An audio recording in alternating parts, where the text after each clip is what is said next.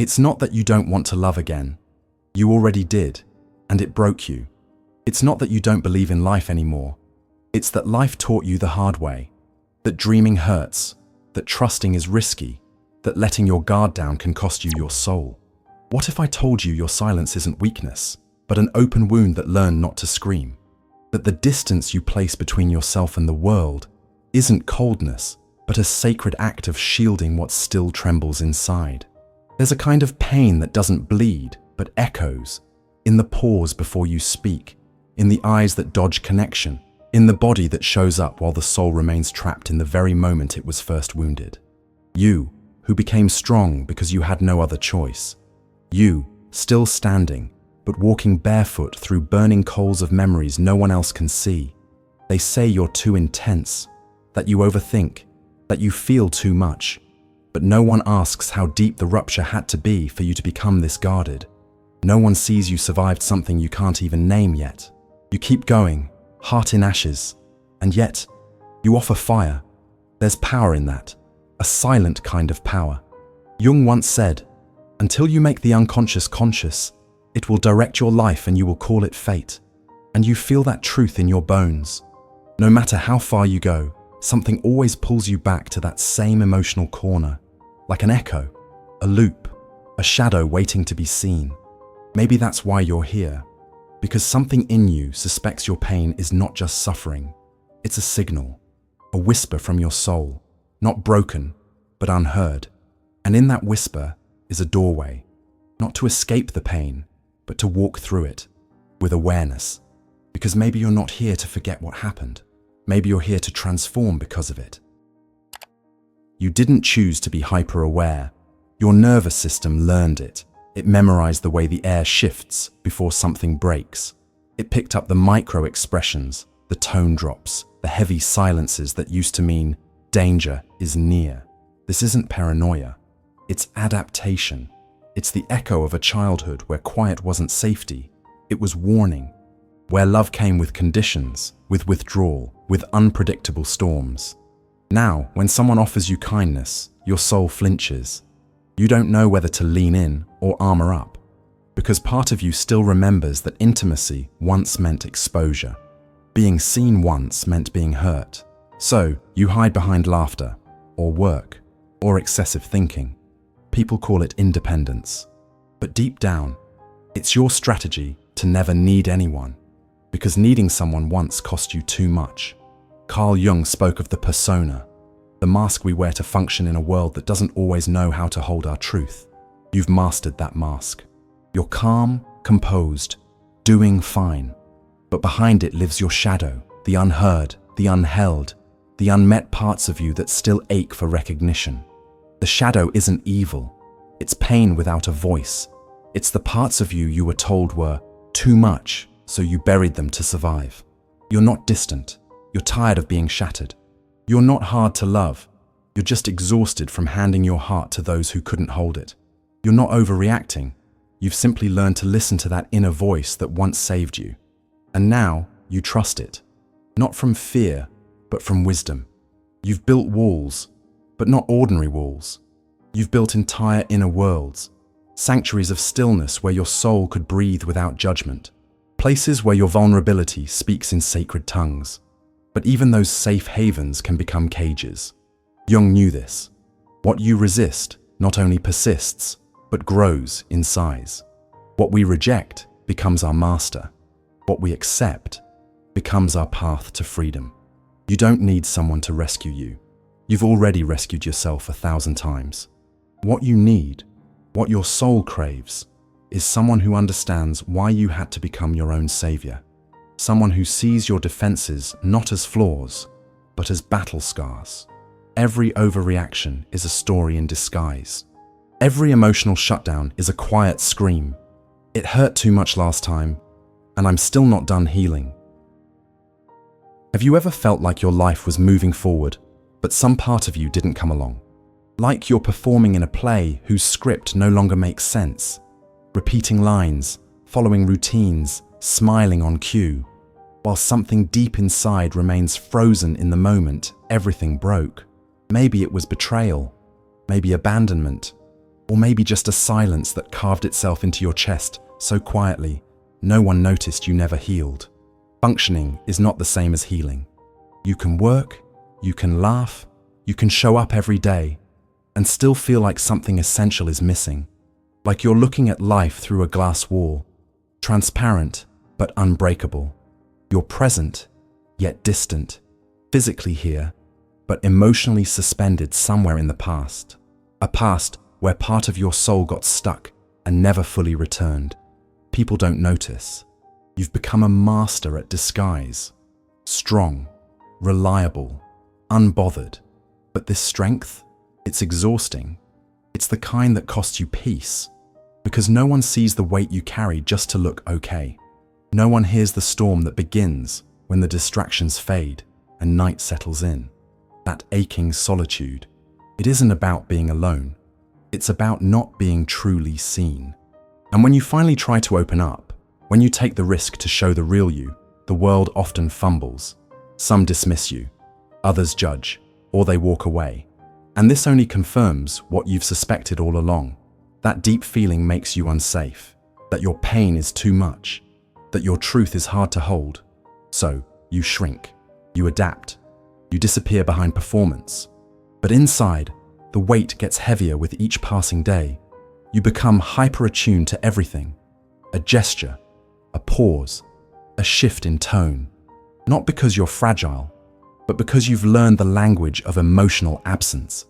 Your body reacts like a radar, scanning for rejection before it happens. You're not insecure, you're trained by trauma. You became the strategist, the protector, the watcher. But here's the question: who watches over you? Jung spoke of complexes, emotional knots that echo through time. You feel it when someone pulls away, and your whole being floods with panic, not because of who they are, but because of who they remind you of. That distance becomes a symbol of an empty room, a phone that never rang, a hug you needed but didn't get. You're not reacting to the moment. You're responding to the ghost of an unmet need, and it's draining because you live in two realities. The outer one demands stability, competence, calm, but the inner one is still bleeding, still aching, still hoping that someone one day might stay. Not out of duty, not out of pity, but because they recognize the sacred in you, your brokenness as a form of beauty, your pain as the bridge to something real. And that is the paradox. Your deepest wound may hold the key to your most authentic connection. Carl Jung never saw you as broken. He saw you as someone mid-journey, walking the deepest path a soul can take, the path of individuation, not toward achievement, not toward perfection, but toward the parts of yourself you were once forced to bury, toward the shadows you denied to survive. Because what we call a problem is often just a forgotten piece of us, knocking at the door, asking to come home. The persona, the mask you wear to meet the world, once saved you. It got you through hard days, demanding jobs, complicated relationships. But that same mask can't take you home. It becomes too tight, too scripted, too polished to hold your truth. And Jung warned, what you do not bring to consciousness appears in your life as fate. And so the cycle repeats, in your relationships, in your silence, in those patterns you can't explain, but feel destined to relive. Every time you feel like you're too much, too emotional, too intense, too soft, you're not being dramatic. You're brushing against an old wound. You're caught in the gravity of an unresolved complex, one that began long ago, when feeling deeply was dangerous, when love was inconsistent, when expressing your true needs meant risking abandonment. That knot in your soul, it became a compass, but a broken one, leading you back to the same kind of pain again and again. The shadow is not your darkness. It's what you were taught to repress. Your tenderness, your outrage, your craving for connection. All those sacred needs that were once met with silence, dismissal, or shame. So you exiled them. You became what the world needed from you, instead of who you truly are. But the soul does not forget. And one day, the pain starts speaking. First in symptoms, then in breakdowns, then in moments of clarity that crack you open from within. At first, This awakening feels brutal, because waking up doesn't look like light and ease. It looks like shaking hands, sleepless nights, and staring at your own reflection without flinching. It means realizing the enemy is not external. It's the shadow within, not in the form of guilt, but in the shape of a forgotten child still waiting to be seen. And the one who must see him is you. This is why you remain on edge, even when life seems fine. Because a part of you is still watching, listening, wondering if this time it's finally safe to rest. If this time you can love without losing yourself. If someone will finally stay, not to fix you, but to meet you where you are. But here's the truth.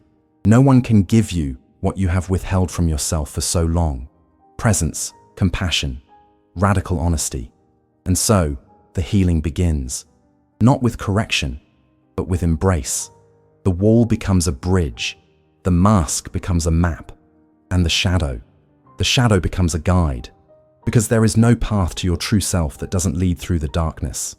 You won't find yourself out there. You'll find yourself in the scar, in the silence, in the place where you once crumbled, and now return, not as a victim, but as a sacred witness to your fractured but fiercely alive soul. All this time, you thought you needed fixing, that something in you was flawed, that your depth was too much, your needs were inconvenient, your truth unlovable. You believed that if you revealed what you really carried inside, you'd end up alone.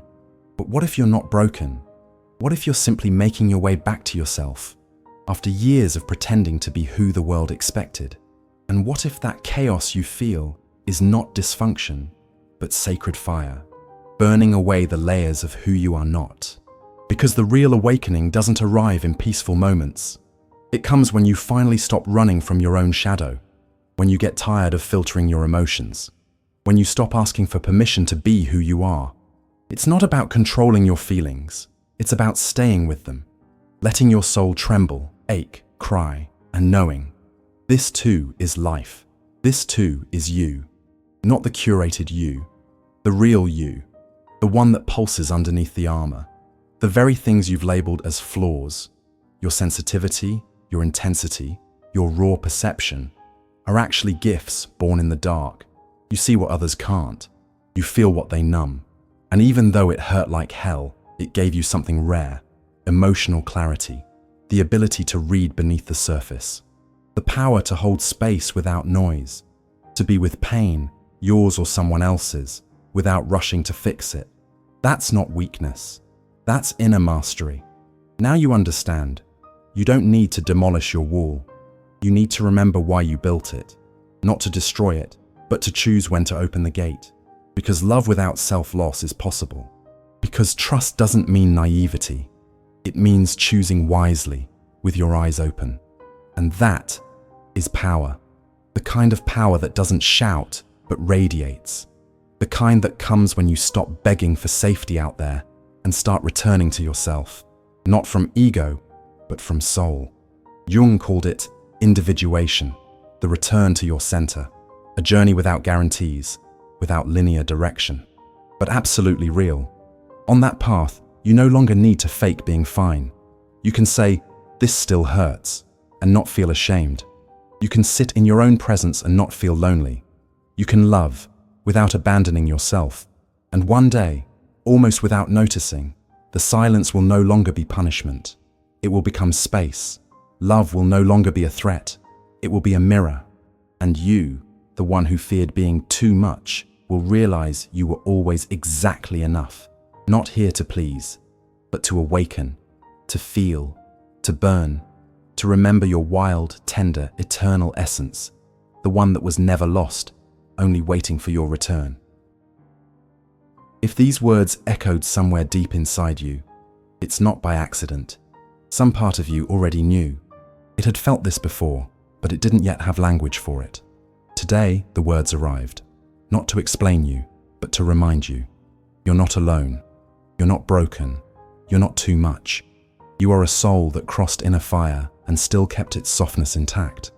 And that, dear one, is not weakness. It's spiritual courage. You were never meant to stay asleep forever. You were never meant to settle for a life lived on autopilot, numbed by distractions and diluted emotions. Something in you has always been restless. Not because you're lost, but because you're called. You're pulled towards something real, something raw, something your soul recognizes as home, even if your mind doesn't fully understand it yet. The truth is, healing isn't becoming someone new. It's remembering who you are underneath all that pain, underneath the roles, the masks, the survival tactics. Healing isn't about fixing, it's about witnessing, about honoring every scar as a testament to the battles you fought silently. It's about saying, yes, this is me, the unfiltered, unedited, unmasked me. And I'm still worthy of being held. We live in a world that praises perfection and punishes depth, a world that teaches you to stay productive, but never asks if you're at peace. But you've seen through the illusion. You've glimpsed the hollow core beneath the noise, and once you see it, you can't unsee it. That's the cost of awareness.